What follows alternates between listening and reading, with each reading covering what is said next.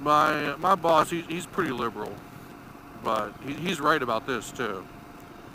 He said if you do the math on how much you pay into Social Security over over the years that you feasibly work. Let's say you enter the workforce at 16 years old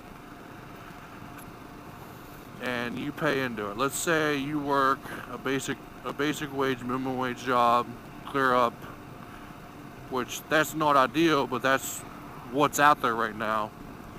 Let's say you work a minimum wage, maybe a little bit more job, clear up until 65. You decide you want to retire. Now, in about 10 months to a year, with the money they pull out of you for Social Security, you've pretty much already drawn that back in that amount of time. So it's like 10 months or a year. I forget what equation, I forget what age comparison he was actually using. But he's right. On average, you're paying in. Oh man, I should have researched this more, guys. Probably, I didn't even intend to get this deep into this topic, but it's just going. I'm going to roll with it. This is a lot of stuff that flows through my mind. I normally don't talk about it because a lot of people don't like to hear it.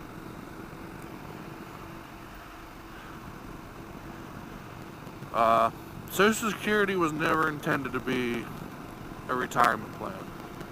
It was meant to be supplemental. The only people that really were able to feasibly use Social Security as a retirement plan were the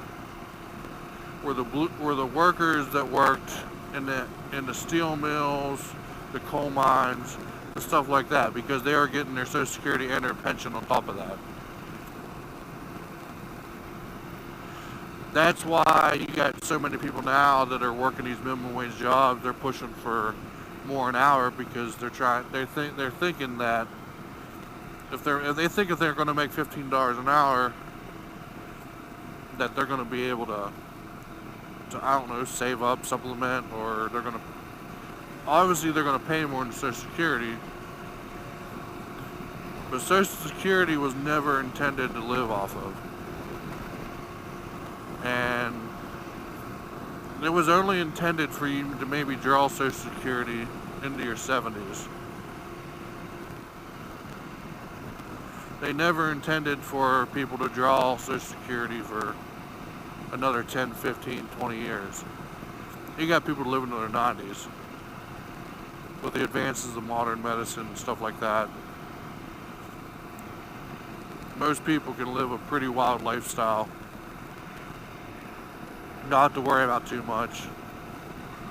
When they get to their 60s and start having medical issues, there's procedures, there's drugs that can be taken that can really extend the damage that someone has done to themselves. And again, none of this was ever factored in when they came up with the idea of Social Security. I mean, man, it used to be commonplace that when you was in your 30s, man, you was old. That's why way back, that's why the age of consent for marriage is still, it's one of those old laws there. I think age of consent was like 14 or something like that, 13. Some states, I think it's not the same in all states. Our state, West Virginia, I think age of consent is still in the low 13s. If both parents of the child consent, a young teenager could essentially be married. But again, when that was all brought up, way back when life expectancy was, man, if you was in your 50s, 60s, you was considered end of life, man. Now it's not uncommon for someone to go into their mid 80s, early 90s. It's not entirely uncommon. Now, I'm not trying to make an argument to raise Social Security age, which that's what they've been trying to do. They're trying to raise it to 72.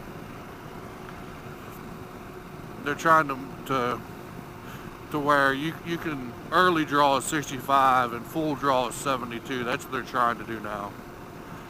Or they've been trying to do it, and it keeps getting voted down because politicians know that that is definitely that is how you lose your seat. That's another thing too. You got these career politicians that go in there. They've done their, they're pretty much they're focusing on the next election.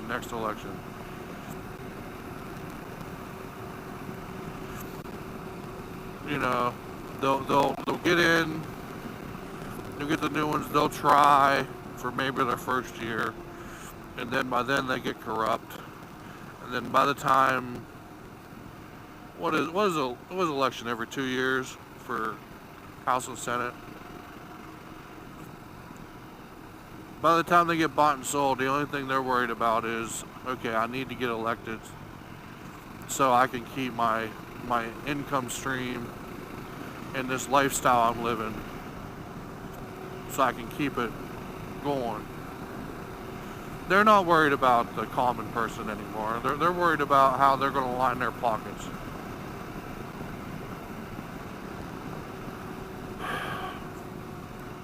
And again, this whole emissions thing, this all rotates around politicians letting bureaucrats do their job.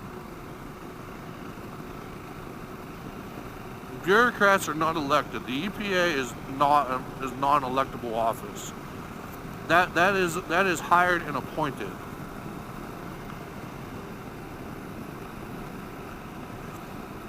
Again, these are people that have 5-6 year degrees at these Ivy League schools that say that I'm better than you. I know what's better for you. You need to do what I tell you to do.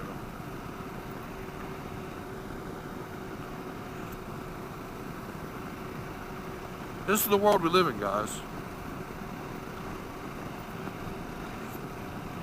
It doesn't matter how much you try to wake up, or I honestly think we're too far gone. And I know people are gonna say, "Oh man, you're just a conspiracy theory. You're a right wing wacko."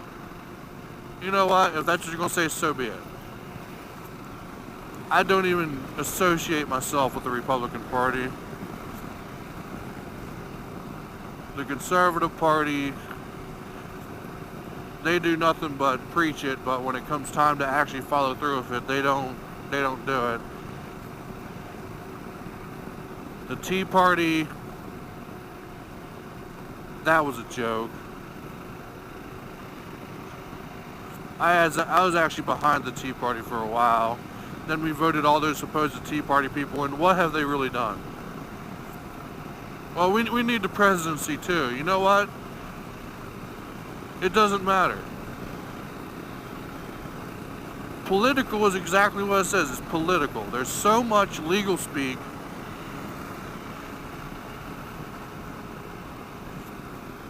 that no one can get nothing done. It's all paperwork, procedure, this and that. I've sat and I've watched the House procedures and nothing like that. Oh, my good friend bullshit, man. Screw that. I don't care if that's supposed to be, just common decency. How can you consider someone your friend? I mean, don't get me wrong. I understand the whole concept of, being friends and still being on different political spectrums. I know quite a few friends that nowhere near share my idea of what a perfect world would look like.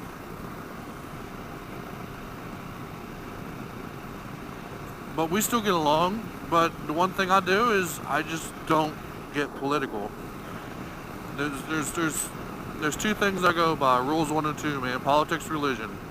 I don't talk about them because more wars have been fought and more people have died over religious views and political views than anything in this world.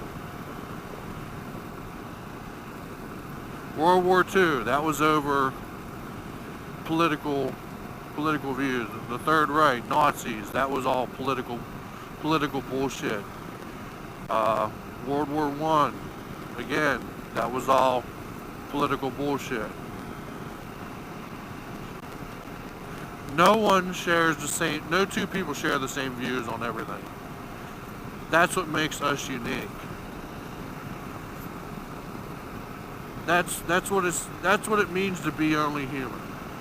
No one's perfect. No two people share the same views.